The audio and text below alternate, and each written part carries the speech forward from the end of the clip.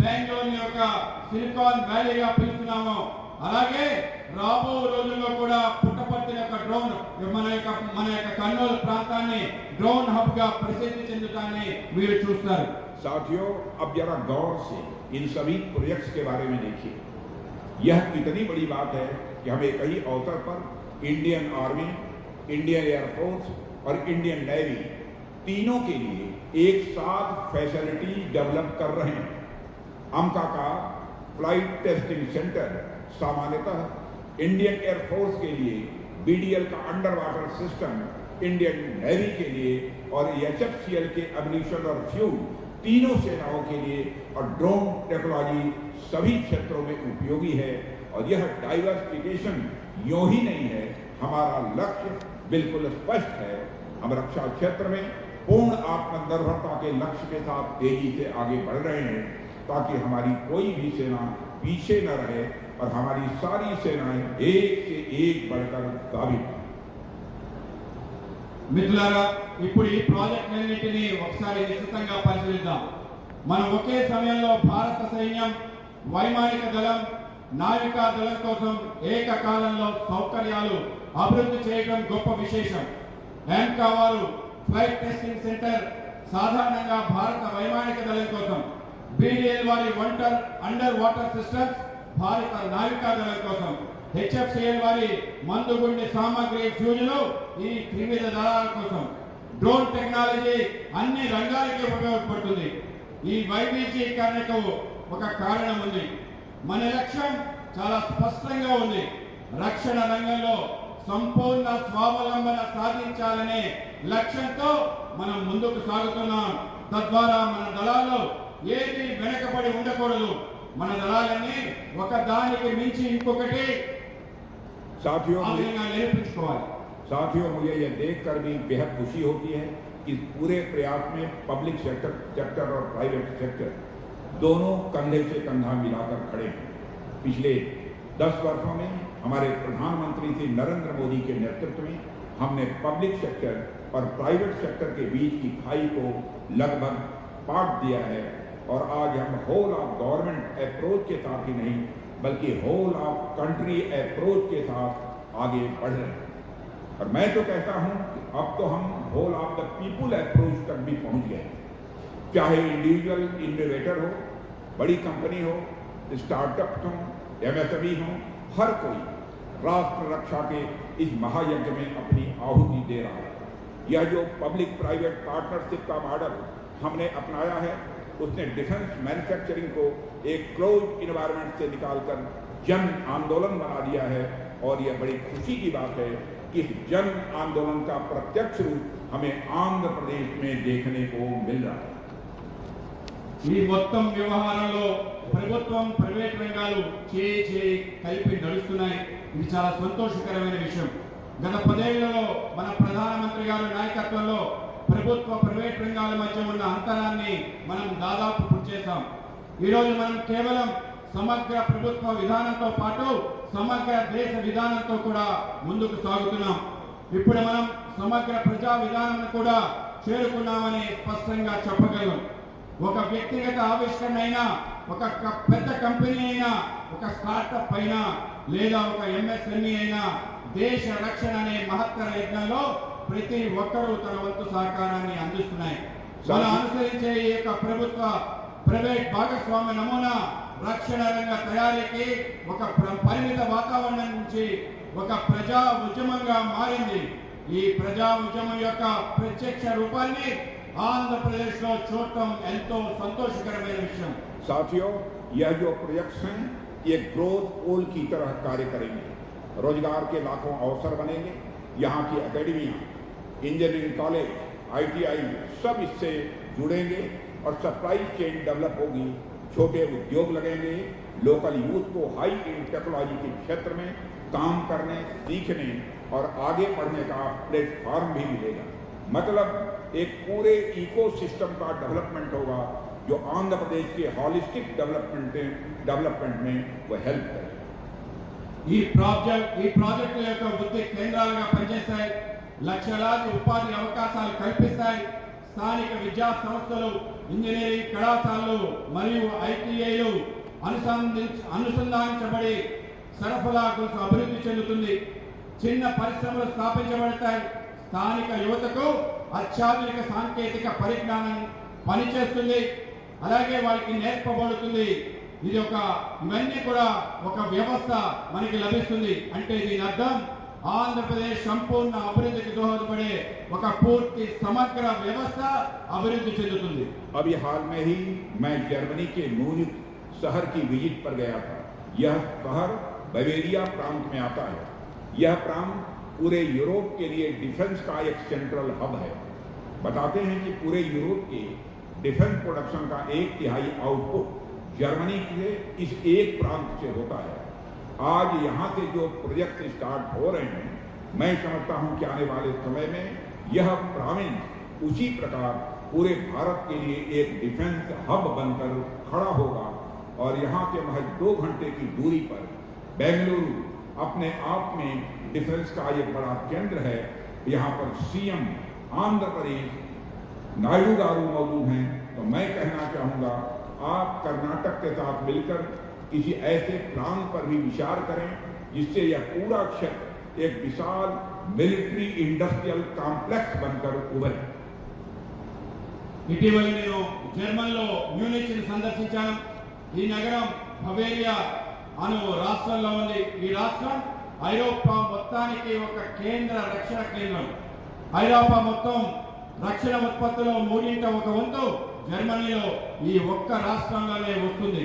ఈరోజు ఇక్కడ ఆంధ్రప్రదేశ్లో ప్రారంభమవుతున్న ఈ యొక్క ప్రాజెక్టులు భవిష్యత్తులో ఈ రాష్ట్రం యావత్తు భారతదేశానికి ఒక రక్షణ కేంద్రంగా ఆవిర్భవించుతుందని నేను నమ్ముతున్నాను. కేవలం 2 గంటల దూరంలో బెంగళూరు అనే ఒక ప్రధాన రక్షణ కేంద్రం ఉంది. నేను ఆంధ్రప్రదేశ్ ముఖ్యమంత్రి నాయుడు గారికి ఇక్కడే ఉన్నారు, ఆయన ఒక విషయం చెప్తున్నాను. మీరు కర్ణాటకతో కలిసి ఈ ప్రాంతం మొత్తాన్ని ఒక భారీ సైనిక పారిశ్రామిక సముదాయంగా మార్చే ప్రణాళిక చేయండి అని నా సలహా. साथियों, यह ऐतिहासिक कालखंड का ऐतिहासिक अवसर है। आज से कुछ वर्ष पहले डिफेंस सेक्टर में हमारी छवि दुनिया के सबसे बड़े इंपोर्टर की थी। लड़ाई के लिए, अपनी खुद की सुरक्षा के लिए हमें दूसरे देशों का मुंह देखना पड़ता था। लेकिन आज हालात बदल चुके हैं। पिछले 10 वर्षों में हमारे लोगों ने जो मेहनत की है, उसका परिणाम आज हमें देखने को मिल रहा है। మిత్రులారా, ఇది ఒక చారిత్రాత్మక సమయం, ఒక చారిత్రాత్మక ఘట్టం. కొన్ని సంవత్సరాల క్రితం రక్షణ రంగంలో ప్రపంచంలోనే మనం అతిపెద్ద దిగుమతిదారులుగా ఉండేవాళ్ళం. యుద్ధ సమయంలో మన సొంత భద్రత కోసం మన ఇతర దేశాలపై ఆధారపడాల్సి వచ్చి ఉండేది. కానీ ఈరోజు పరిస్థితి పూర్తిగా మారిపోయింది. గత 10 ఏళ్లుగా మనం చేసిన కఠోర పరిశ్రమకి ఫలితాలు ఇప్పుడిప్పుడే పొందుతున్నాం. साथियों, वर्ष 2014 में हमारा डोमेस्टिक डिफेंस प्रोडक्शन मात्र 46,000 करोड़ रुपए था। यानी हम लोग भारत में सिर्फ 46,000 करोड़ रुपए के हथियार और साजो सामान बना पाते थे। लेकिन आपको यह जानकर बेहद खुशी होगी कि आज यह बढ़कर रिकॉर्ड 1.54 लाख करोड़ हो गया है।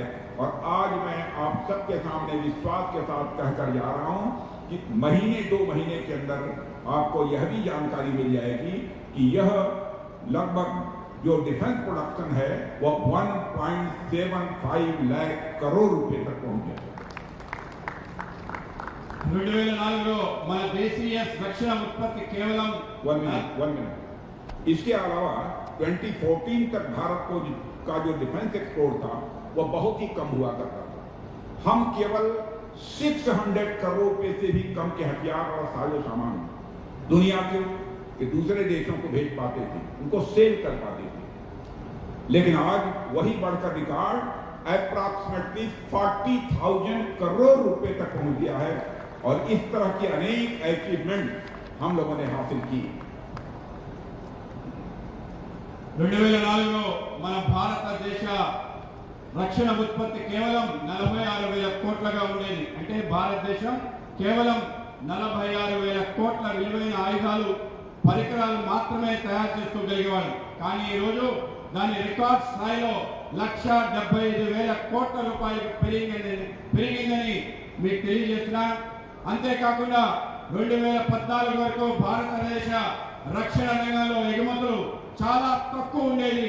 మనం ప్రపంచానికి కేవలం 600 కోట్లు విలువైన ఆయుధాలు పరికరాలు విక్రయించేవాళ్ళం. కానీ ఈరోజు అది రికార్డ్ స్థాయిలో సుమారు 40,000 కోట్ల వరకు పెరిగింది. ఇలాంటి ఎన్నో విజయాలు మనం సాధించాం. साथियों, अभी कई सारी अचीवमेंट्स हासिल करना शेष है। मैं उस पल की कल्पना करता हूं जब अमका की पहली उड़ान इसी धरती से भरी जाएगी या उसका टेस्टिंग डाटा यहां से जनरेट होगा। जब बीडीएल द्वारा बनाया गया अंडर वाटर ड्रोन समुद्र की अंधेरी गहराइयों में दुश्मन पर नजर रखेगा और वहां से निकला टारपीडो दुश्मन पर सटीक वार करेगा, और जब आंध्र प्रदेश की धरती पर निर्मित इलेक्ट्रिक फ्यूज से हमारी तोपें गरजेंगी, जब आग्नेयास्त्र इनर्जेटिक्स के हथियार सीमा पर हमारे जवानों का हौसला बनेंगे, और जब वहां की ड्रोन सिटी से दुनिया के कोने कोने में ड्रोन्स की सप्लाई होगी, तो यह हमारा आने वाला कल हो। మనం సాధించాల్సిన విజయాలు ఇంకా ఎన్నో ఉన్నాయి.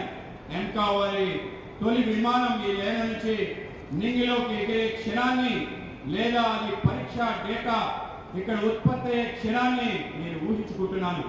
బీడీఎల్ నిర్మించిన జలాంతర్గామి డ్రోన్ సముద్ర అగాధాల్లో శత్రువును పర్యవేక్షించే క్షణాన్ని, ఇక్కడి నుంచి ప్రయోగించే టార్పిడో శత్రువుని ఖచ్చితంగా ఛేదించే క్షణాన్ని నేను ఊహించుకుంటున్నాను. ఆంధ్రప్రదేశ్ నేల మీద తయారయ్యే ఎలక్ట్రికల్ ఫ్యూజులతో మన ఫిరంగులు గర్జించే క్షణాన్ని నేను ఊహించుకుంటున్నాను. ఆగ్నేయాస్త్ర ఎనర్జిక్ ఆయుధాలు సరిహద్దులో మన సైనికుల యొక్క బలాన్ని, స్థైర్యాన్ని నిలిచే క్షణాన్ని నేను ఊహించుకుంటున్నాను. ఇక్కడ డ్రోన్ సిటీ ప్రపంచంలోనే ప్రతి మూలకి డ్రోన్ సరఫరా చేసే క్షణాన్ని నేను ఊహించుకుంటున్నాను. అదే మన భవిష్యత్తు. साथियों, मुझे ये बताते हुए खुशी हो रही है कि इन प्रोजेक्ट्स का लाभ केवल डिफेंस सेक्टर तक सीमित नहीं रहेगा। जो भी यहाँ काम करने आएगा उसका परिवार भी प्रॉस्परस होगा। इससे जहाँ स्कूल खुलेंगे, हॉस्पिटल बनेंगे, सड़कों का जाल बिछेगा, यानी हॉलिस्टिक रीजनल डेवलपमेंट होगा। और इसमें आप जनता जनार्दन का सहयोग बहुत ही जरूरी है।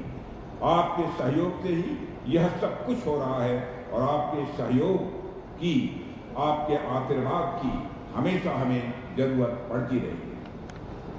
సంతోషకరమైన మరో విశేషం ఏంటంటే ఈ ప్రాజెక్టులు ప్రయోజనాలు కేవలం రక్షణ రంగానికే పరిమితం కావు. ఇక్కడ పనిచేయడానికి వచ్చే ప్రతి ఒక్కరి కుటుంబం సుసంపన్నం అవ్వబోతుంది. తద్వారా పాఠశాలలు, ఆసుపత్రులు, రహదారుల యొక్క నెట్వర్క్ ఏర్పడబోతున్నాయి.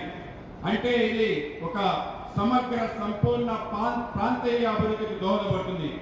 ఇందులో ప్రజలైన మీ సహకారం చాలా కీలకం. ఇదంతా మీ సహకారం వల్లే జరుగుతుంది. మాకు ఎల్లప్పుడూ మీ మద్దతు, మీ ఆశీస్సులు కావాలి.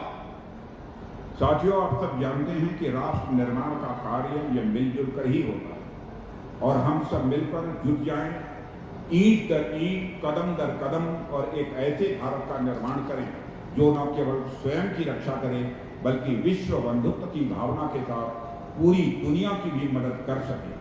हमारे पास विल पावर है, इच्छा शक्ति है, हमारे पास संकल्प शक्ति है, जनशक्ति है, और भगवान श्री वेंकटेश्वर की असीम कृपा भी हम सबके ऊपर है।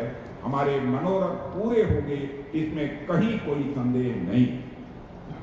మిత్రులారా, దేశ నిర్మాణం అనేది ఒక సమిష్టి కృషి. మనమందరం ఇటుక పేర్చి అడుగు అడుగు కలిపి ఏకమై మనల్ని మనం రక్షించుకోవటమే కాకుండా విశ్వ సోదర భావన స్ఫూర్తితో యావత్ ప్రపంచానికి కూడా సహాయపడగలిగే ఒక భారతదేశాన్ని నిర్మిద్దాం. మనకు సంకల్పం, పట్టుదల, మానవ వనరులు మరియు శ్రీ వెంకటేశ్వర స్వామి వారి యొక్క అపారమైన ఆశీస్సులు ఉన్నాయి. మన కోరికలు తప్పకుండా నెరవేరుతాయి అనే అండల్లో ఎటువంటి సందేహం లేదు. एक बार फिर इस ऐतिहासिक आयोजन के लिए मुख्यमंत्री चंद्रबाबू नायडू गारू, उनकी टीम और राज्य की जनता को मैं कोट कोट बधाई भी देता हूं। और अपनी हार्दिक शुभकामनाएं भी देता हूं और मुझे यहाँ आमंत्रित करने के लिए आप सभी को धन्यवाद देते हुए यहीं पर अपनी बात को समाप्त करता हूं। आप सबको बहुत बहुत धन्यवाद। बोलिए भारत माता की, भारत माता की। बहुत बहुत धन्यवाद। ఈ అపూర్వమైన చారిత్రాత్మక ఘట్టం సందర్భంగా ముఖ్యమంత్రి చంద్రబాబు నాయుడు గారికి, వారి బృందానికి మరియు రాష్ట్ర ప్రజలకి నేను మరో